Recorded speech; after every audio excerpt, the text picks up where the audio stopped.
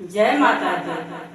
हमारे YouTube channel नीलम पांडे लोकगीत में आप लोगों का स्वागत करते हूँ। आज मैं एक माता जी का बहुत प्यारा सा पचरा गीत सुनाने जा रही हूँ। अगर अच्छा लगे तो लाइक शेयर सब्सक्राइब जरूर करिएगा और कमेंट करके बताइएगा कि हमारा माता रानी का गीत आप लोगों को कैसा लगा। जय माता दी।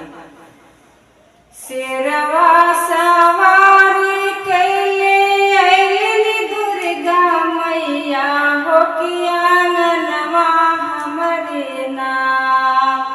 शेरवा सवारी कैले अइली दुर्गा मैया हो कि आंगनवा हमरे ना।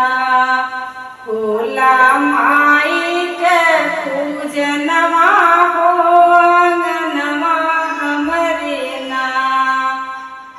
होला माई के पूजनवा हो आंगनवा हमरे ना। काऊ ही देखी मोरी मैया मुसु कैलिनी हो कि काऊ देखी ना। भैलिनी मैया मोर मगनवा हो कि काऊ देखी ना।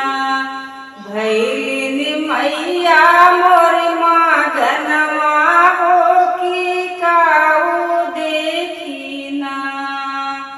अड़हुल के फूल देखी मैया मुसु कैलिनी हो कि निबिया देखी ना।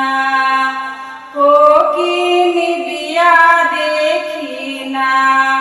भैलिनी मैया मोर मगनवा हो कि निबिया देखी ना।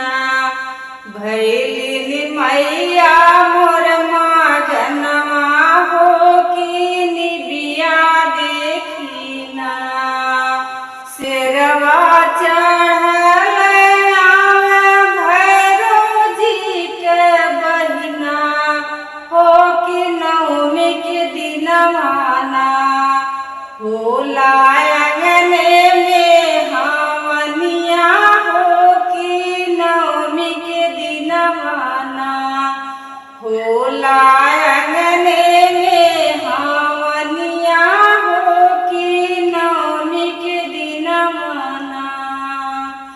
काऊ ही देखी मोरी मैया मुसु कैलिनी हो कि काऊ देखी ना।